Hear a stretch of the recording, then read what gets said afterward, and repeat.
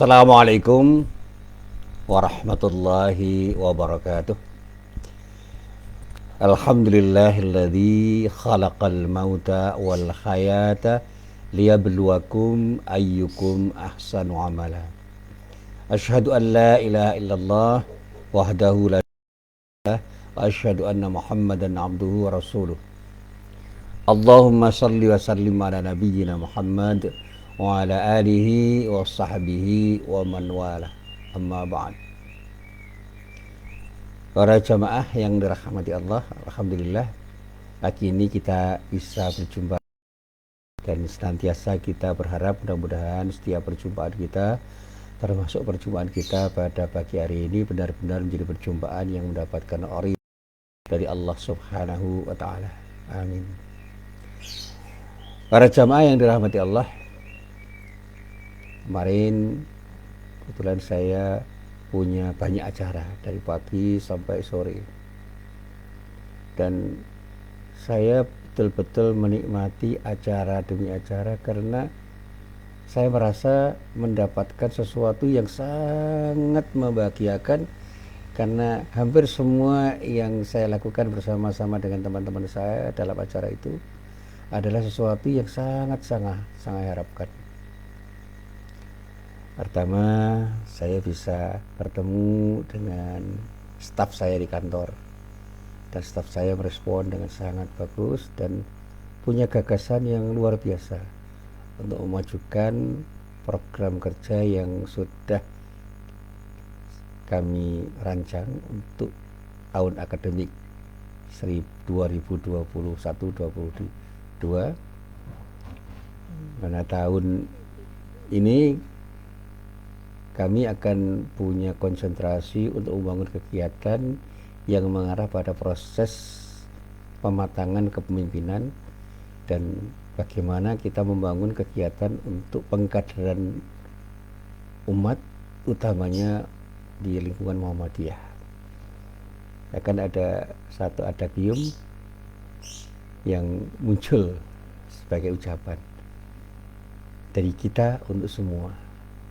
Jadi bagaimana Muhammadiyah itu bisa menjadi bagian yang tidak terpisah dari kepentingan umat manusia, tidak hanya di negeri kita Indonesia, tapi di belahan dunia. Dan ini bukan hanya mimpi, sudah menjadi kenyataan bahwa Muhammadiyah ternyata ada di mana-mana. Secara fisik, organisasi Muhammadiyah itu sudah berdiri di mana-mana, di berbagai belahan dunia. Dan gagasannya betul-betul mendunia. Bagaimana gagasan pemurnian dan gagasan pembaharuannya itu betul-betul mendapat respon positif dari banyak orang, karena membangun keseimbangan antara pemurnian dan pembaharuan itu tidak mudah. Ketika kita bicara tentang pemurnian, itu bicara tentang purifikasi. Mana yang harus kita murnikan? Pemahaman kita terhadap konsep tauhid yang kemudian melahirkan sikap diri kita di dalam beribadah. Dan kapan kita melakukan pembaharuan? Nah, itulah yang seringkali disebut dengan tajdid. Pembaharuan itu tidak asal melakukan sesuatu yang baru, tapi bagaimana melakukan kontekstualisasi pemahaman atas ayat-ayat Allah yang tersurat dan kemudian menjadi sesuatu yang nyata di dalam kehidupan. Dan di sini kemudian ada istilah membumikan konsep-konsep syariat Allah yang ada di dalam Al-Quran, dan mencoba untuk menjadikan sunnah Rasulullah itu sebagai acuan dalam rangka untuk membangun kehidupan yang lebih baik. Nah, kontekstualisasi pemahaman itu ternyata tidak mudah, karena kalau kebablasan itu bisa masuk pada tindakan liberalisasi tanpa batas. Tapi kalau kita terlalu hati-hati, itu akhirnya kita selalu takut untuk melakukan tindakan yang tidak pernah dilakukan oleh Rasulullah, padahal substansinya itu sama dengan apa yang dilakukan Rasulullah. Disinilah kita harus melihat spirit dari sunnah itu untuk mengembangkan konsep sunnah itu menjadi sunnah yang hidup. yang disebut dalam istilah teman-teman dengan the living sunnah. Bagaimana menghidupkan kembali sunnah Nabi itu menjadi sesuatu yang menjarah dalam kehidupan yang penuh dengan tantangan. Saya selalu mengatakan begini, ada konsep kekinian dan kedisnian yang harus kita coba untuk kita tawarkan dengan mencoba merujuk pada apa yang pernah dikerjakan oleh Rasulullah untuk bisa menerjemahkan ulang apa yang seharusnya kita kerjakan seperti apa yang digagas oleh Rasulullah dan menjadi bagian dari amaliyah beliau di dalam kehidupan beliau, baik kehidupan pribadi, kehidupan keluarga, kehidupan bermasyarakat, kehidupan berbangsa dan bernegara. Nah, para jamaah yang dirahmati Allah, nah, gagasan ini seringkali kemudian mendapatkan komentar, jangan-jangan nanti malah dihujat, Pak. Dihujat apa? Kita mau membangun sistem khilafah. Ya nggak usah takut kita dihujat orang. Yang penting kita buktikan bahwa apa yang kita tawarkan itu adalah sesuatu yang objektif, bisa diterima oleh masyarakat karena masuk dalam ranah pemikiran masyarakat dan diperlukan oleh masyarakat di dalam kehidupan mereka. Ini yang saya sebut sebagai tindakan objektifikasi Islam yang pernah digagas oleh Pak Kunto Wijoyo, dan saya selalu mengatakan begini, bahwa tindakan objektifikasi itu akan melahirkan sebuah tindakan yang menjadikan Islam itu menjadi Islam yang betul-betul menyejarah, Islam yang betul-betul hadir di dalam kehidupan kita, dan pada saatnya Islam itu menjadi sesuatu yang hadir, menjadi sesuatu yang diperlukan karena masyarakat memang memerlukan hal itu tanpa harus menafikan konsep-konsep yang ada di dalam syariat Islam. Nah, tentu saja ini terkait juga dengan gagasan Pak Kunto Wijoyo yang dulu pernah saya sampaikan. Saya selalu mengatakan begini, objektifikasi itu kalau dalam bahasa sederhana adalah konkretisasi. Bagaimana kita melakukan upaya naturalisasi kebaikan yang dikatakan oleh Pak Kunto Wijoyo sebagai sebuah perbuatan yang rasional, yang penuh dengan nilai-nilai yang luhur, yang kita wujudkan dalam perbuatan-perbuatan yang secara objektif bisa diterima oleh orang, sehingga orang non-muslim pun bisa menikmati apa yang kita tawarkan tanpa harus menyetujui Islam sebagai agama, tetapi memahami dan menyetujui nilai-nilai yang kita tawarkan karena nilai-nilai itu sifatnya universal. Dan pada saatnya ketika objektifikasi itu berhasil, itu akan melahirkan Islam yang hidup, the living Islam. Dan itulah yang selalu saya sampaikan dalam bahasa saya sehari-hari. Pada saatnya Islam itu harus hadir bahkan tanpa nama apapun, tanpa nama apapun, tetapi menyejarah di dalam kehidupan karena Islam lahir sebagai sebuah kehidupan yang real. Nah, gagasan ini yang tadi disampaikan oleh teman-teman saya, dan saya respon, mari kita melakukan kegiatan berislam tanpa harus berteriak-teriak tentang Islam sekalipun. Nah, di siang hari ketemu lagi 2 kali dengan teman-teman di tempat lain, itu berbicara tentang bagaimana kita menjadi orang yang bermanfaat, dengan mengutip sebuah hadis yang intinya itu menyatakan bahwa manusia yang bermanfaat itu adalah manusia yang memulai nilai kemanfaatan bagi orang banyak. Anfa'uhum linnas, itu orang yang terbaik. Khairun nas anfa'uhum linnas. Ini simpulan dari hadis-hadis Nabi yang bisa kita baca. Jadi kalau kita itu ingin menjadi orang Islam, jadilah orang Islam yang memiliki manfaat bagi orang banyak.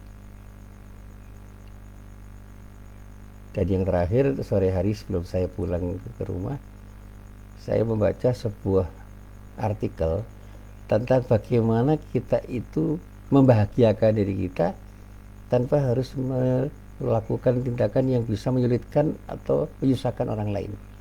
Jadi membahagiakan diri bahkan juga membahagiakan orang lain, dan membahagiakan orang lain tanpa harus menyusahkan diri kita. Itu artinya berbagi kebahagiaan. Ternyata konsepnya mudah itu. Jadilah orang yang selalu menebar senyum kedamaian, sehingga senyum kedamaian itu akan berbalas dengan senyum kedamaian dari orang yang berinteraksi dengan diri kita. Konsepnya seperti itu, konsep dasarnya. Dalam wilayah praksis begini, jadilah orang yang suka memberi, yang pada saat kita memberi itu orang merasa nyaman untuk berterima kasih pada diri kita tanpa harus kita minta. Sehingga umpan baliknya adalah pemberian yang tidak harus berupa sesuatu yang bersifat materi, tetapi bisa sesuatu yang bersifat imateri. Ini termasuk misalnya kita menyapa dengan senyum. Saya pernah satu saat mempraktekkan apa yang dipraktekkan oleh guru-guru saya. Sapalah siapapun dengan senyum. Saya masuk kantor, pertama ketemu satpam. Assalamualaikum. Waalaikumsalam. Mana kabarnya? Alhamdulillah Pak, baik-baik. Mana sehat? Sehat Pak. Keluarga sehat? Sehat. Wah ya. Terus saya bawa makanan kecil gitu. Ya, makanan kecil yang ya ringan-ringan dan murah. Ini rezeki kita makan bersama. Wah, terima kasih Pak. Wah, ternyata mereka senang. Ternyata saya diminta, wah di sini Pak makan sama-sama. Oh iya ya. Dia makan sama-sama sama Pak Satpam. Indah sekali. Mereka senang, saya pun senang. Saya tidak pernah merasa kehilangan. Karena apa? Ada kebahagiaan yang tumbuh, berkembang di ketika saya makan makanan kecil bersama bapak-bapak Satpam itu. Demikian juga di siang hari saya itu baru mau cari makan siang. Ada karyawan saya mengatakan, Pak mau titip Pak? Titip apa? Titip makan Pak? Oh ya, ya ini duitnya. Nggak usah pakai duit Pak. Ini ada yang ulang tahun syukuran Pak. Oh ya. Bapak mau soto? Ya silakan apa saja mau Pak. Soto ayam Pak ya? Iya silakan. Ternyata saya dibawakan soto ayam dan satu plastik minuman segar. Alhamdulillah, saya syukuri betul. Saya bahagia, mereka bahagia. Yang ulang tahun bahagia, semua bahagia. Dan itulah kebahagiaan yang diakibatkan oleh sikap syukur kita kepada Allah atas nikmat yang telah diberikan oleh Allah melalui apapun dan siapapun, kapanpun dan dimanapun. Nah, para jamaah yang dirahmati Allah,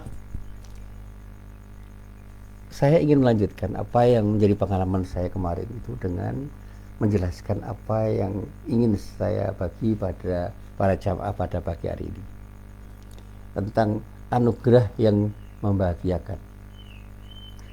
Saya selalu menyampaikan begini, banyak orang yang mendambakan kebahagiaan hidup yang oleh karena kebahagiaan hidup yang ingin diperoleh itu mereka berupaya dengan seoptimal mungkin untuk mendapatkan apa yang dianggapnya bisa membahagiakan dirinya. Bahkan kemudian dia membeli apapun untuk membahagiakan dirinya karena ingin menggapai sesuatu yang betul-betul dianggapnya akan membahagiakan. Ada orang yang punya anggapan bahwa kebahagiaan itu hanya akan diperoleh ketika mendapatkan harta yang berlimpah, mendapatkan tahta, kedudukan atau jabatan yang tinggi. Bahkan kalau laki-laki mendapatkan wanita yang cantik, mendapatkan wanita yang betul-betul bisa memberikan sesuatu yang dia butuhkan dan dia inginkan. Dan wanita pun juga begitu, mendapatkan laki-laki yang ganteng dengan segala hal yang terkait dengan kegantengannya itu untuk membuat dia bahagia karena mendapatkan sesuatu yang didambakannya itu. Dan karena itu kemudian mereka yang ingin mendapatkan kebahagiaan itu berupaya dengan sekuat kemampuannya untuk meraih sesuatu yang dianggapnya akan membahagiakan dirinya dengan cara apapun agar kebahagiaan hidup itu benar-benar mereka peroleh. Jadi sarananya mereka cari untuk mereka gunakan dalam rangka untuk meraih sesuatu yang dianggap akan membahagiakan dirinya.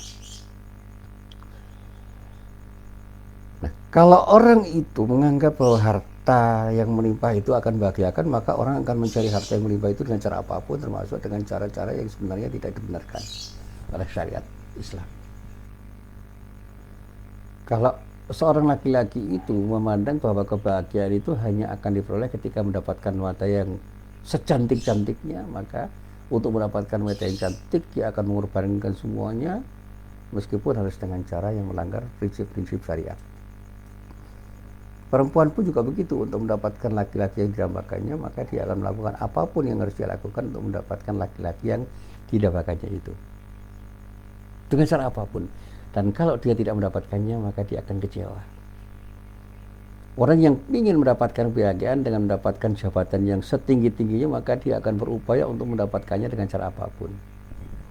Ya, termasuk dengan money politik yang sekarang ini banyak menjadi gejala yang ada di masyarakat yang sulit untuk dibendung, karena pada saatnya memang masyarakat punya keinginan yang mirip dengan apa yang diinginkan oleh orang yang ingin punya jabatan itu. Nah, kalau saya ingin jadi seorang bupati, maka saya harus menyuap orang yang mau memilih diri saya, dan orang itu hanya akan memilih diri saya ketika saya beri uang. Misalnya, ya sudah, uang saya keluarkan dalam rangka untuk meraih jabatan yang saya anggap jabatan itu akan membahagiakan diri saya. Jadi kasus di masyarakat banyak. Orang mau jadi lurah pakai money politik. Orang mau jadi bupati, wali kota pakai money politik. Dan masih banyak lagi jabatan-jabatan yang akan dicoba untuk diraih dengan money politik itu. Karena apa? Mereka menganggap bahwa jabatan itulah yang akan membahagiakan dirinya. Dan anugerah yang membahagiakan itu adalah jabatan. Nah, disinilah para ulama menjelaskan bahwa tidak seperti itu. Rasulullah itu memberikan resep kebahagiaan yang oleh Allah dianugerahkan kepada seorang. Maka seorang itu hanya akan mendapatkan kebahagiaan dengan sesuatu yang seharusnya dia raih itu. Nah, kalau saya selalu mengatakan pada para jamaah saya, bahagia itu akan bisa kita dapatkan ketika kita punya sikap syukur terhadap apapun yang kita peroleh. Cintailah apa yang kita peroleh, dan jangan berusaha untuk mencintai apa yang kita inginkan untuk kita peroleh. Kalau kita ingin mencintai sesuatu yang kita inginkan untuk kita peroleh dan kita tidak mendapatkannya, dan kita hanya akan mencintai apa yang kita inginkan itu, maka kita akan banyak mengalami kecewaan. Tetapi ketika kita itu mencintai sesuatu yang diberikan oleh Allah pada diri kita, apapun dan siapapun, dimanapun dan apapun, disitulah kebahagiaan itu akan kita raih. Dan itulah sikap syukur. Saya pernah berilustrasi begini. Ada seorang mahasiswa itu yang merasa kecewa karena tidak diterima ketika melamar di sebuah perusahaan. Saya kecewa, Pak. Saya sudah memenuhi syarat semuanya, tetapi terkalahkan oleh teman-teman saya yang punya kedekatan dengan pemilik perusahaan itu. Saya coba bertanya, apa Allah itu sedemikian sulit memberikan rezeki pada manusia sehingga Anda harus kecewa hanya karena tidak mendapatkan sesuatu yang Anda inginkan? Coba renungkan. Mungkin nggak Anda akan mendapatkan pekerjaan yang jauh lebih baik, lebih menjanjikan daripada pekerjaan yang Anda harapkan di perusahaan itu? Mungkin nggak? Ya mungkin saja, Pak. Dengan izin Allah, tidak hanya mungkin, pasti terjadi. Maka mohonlah kepada Allah dengan harapan mudah-mudahan Allah akan berikan sesuatu yang lebih baik daripada apa yang kamu inginkan itu.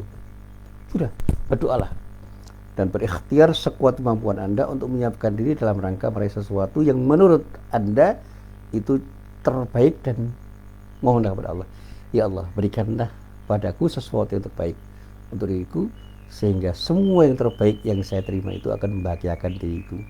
Udah, berdoa seperti itu aja, sederhana. Nah, kemudian saya ceritai tentang ada seorang lulusan dari salah satu program studi di UGM yang tidak diterima menjadi pegawai negeri, sekarang namanya ASN. Hampir semuanya kecewa itu. Dia kecewa, saudaranya kecewa, keluarganya kecewa, orang tuanya kecewa. Tetapi orang itu kemudian sadar, mungkin belum saatnya saya harus mendapatkannya. Nah, di lain waktu dia mendapatkan panggilan dari sebuah perusahaan besar untuk mengikuti tes, dan ternyata diterima. Dan katanya orang itu sekarang mendapatkan gaji yang jauh lebih besar daripada gaji ASN, gaji PNS. Dan prestasinya luar biasa sehingga banyak mendapatkan hadiah, reward dari perusahaannya. Dan sekarang ini dia secara ekonomi ya lebih mapan daripada pegawai negeri seangkatan dia. Dan itu anugerah terindah dari Allah yang tidak pernah kita duga-duga.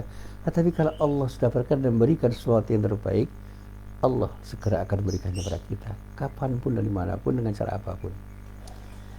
Tetapi ketika Allah belum menghendaki, apapun yang kita cari lepas.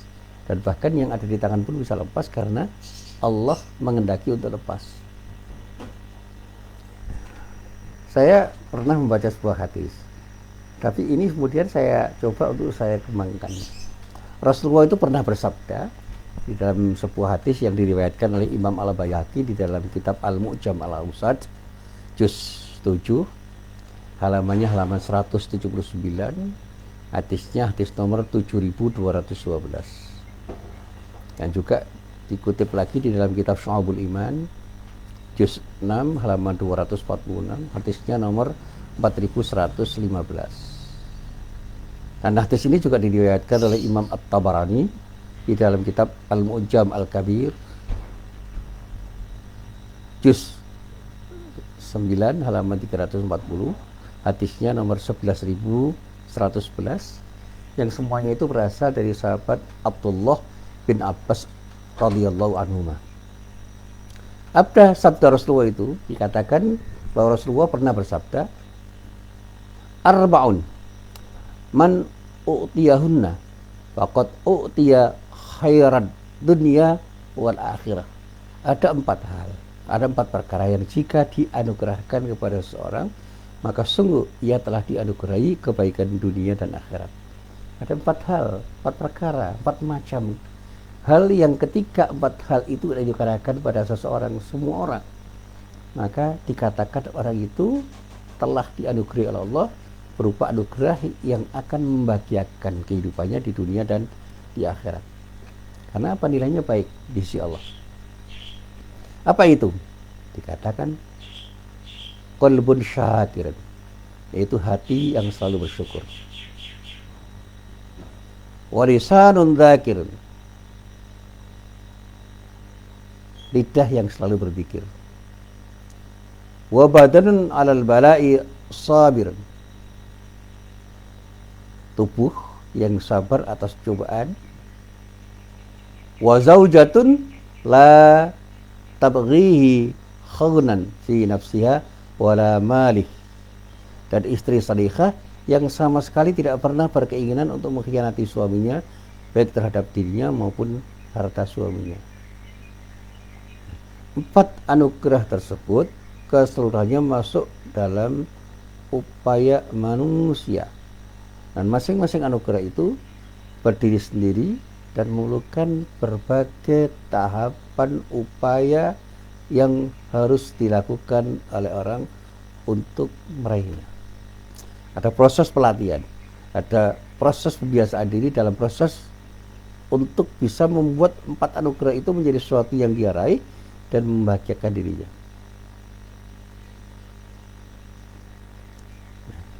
Saya membayangkan kalau kita itu punya sikap syukur dan selalu berzikir pada Allah, selalu bersabar atas cobaan yang terjadi, dan kebetulan sebagai suami punya istri salihah, sebagai istri punya suami yang salih. Jadi suami punya istri salih, istri punya suami yang salih, insya Allah itu seluruhnya akan membahagiakan diri kita. Nah, jika keempat-empatnya itu bisa menghiasi diri seseorang, maka dia telah dikatakan oleh Rasulullah mendapatkan kebahagiaan dunia akhirat yang nilainya lebih tinggi dibandingkan dengan apapun yang diupayakan untuk diraihnya, termasuk harta benda, jabatan, dan segala hal yang di dunia ini bisa dia peroleh. Nah, bagaimana kita menggambarkannya? Yang pertama, bagaimana kita memahami hati yang bersyukur, dan bagaimana kita memahami lidah yang berzikir. Syukur dan zikir itu adalah dua hal yang harus kita miliki. Hati kita ketika bersyukur, kita dengan mudah akan berzikir. Dan zikrullah, bagaimana kita itu mengingat Allah, itu akan mengakibatkan kita dengan mudah bersyukur kepada Allah. Orang yang selalu berzikir, itu artinya mensyukuri nikmat Allah. Orang yang mensyukuri nikmat Allah selalu akan berzikir karena ingat siapa yang telah memberikan sesuatu yang dia dapatkan. Jadi ketika kita bersyukur, dengan mudah kita berzikir, menyebut Allah. Dan ketika kita menyebut Allah, kita akan mudah mensyukuri apa yang diberikan oleh Allah pada diri kita. Sehingga dikatakan oleh guru-guru saya, orang-orang yang pandai bersyukur adalah mereka yang tidak pernah melupakan ibadahnya kepada Allah, karena dia selalu ingat pada Allah. Sementara orang yang berzikir, dia akan selalu mensyukuri nikmat Allah karena dia ingat apa yang didapatkannya itu semata-mata adalah sesuatu yang diizinkan oleh Allah untuk dia dapatkan.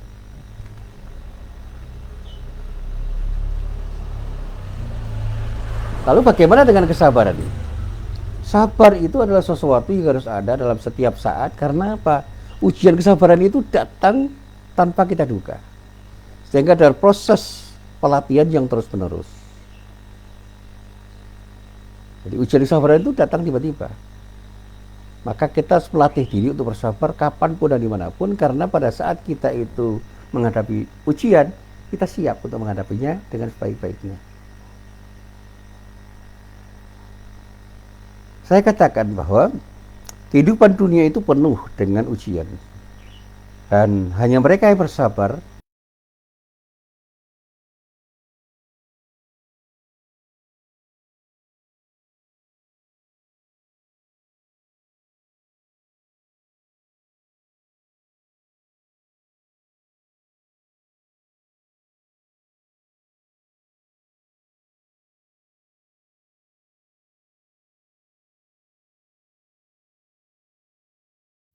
ajaban li amril mu'min. Sungguh menakjubkan sesuatu yang ada pada diri orang yang beriman.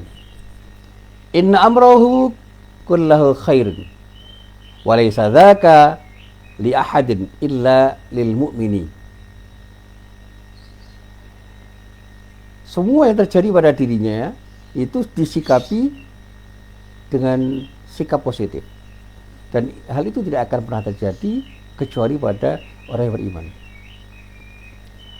Dikatakan oleh Rasulullah, in asabatu sarra'u syakar, fakana khairullah.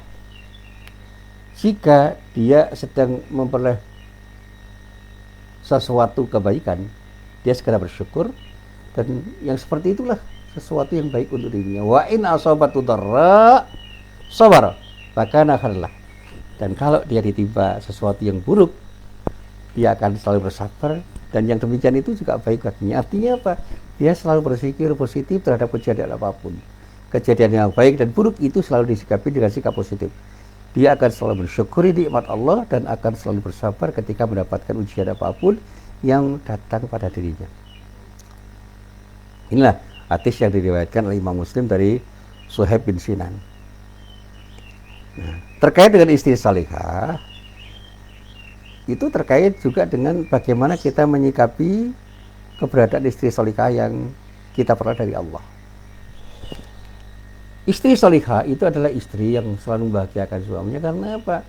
Akhlaknya terbangun menjadi sesuatu yang selalu bisa terkesan indah pada suaminya. Demikian juga ketika kita bicara tentang suami yang saleh. Suami saleh itu selalu akan membangun akhlak yang baik pada istrinya, sehingga semua yang dia lakukan itu akan menjadi sesuatu yang membahagiakan istrinya.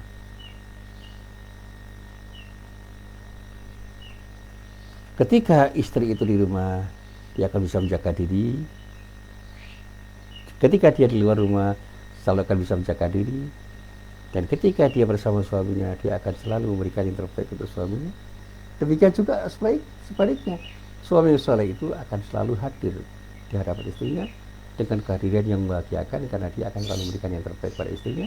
Dan ketika di luar, dia akan selalu menjaga diri, sehingga keterjagaan dirinya itu akan bisa mengakibatkan dia menjadi seorang yang akan memiliki makna positif bagi istrinya.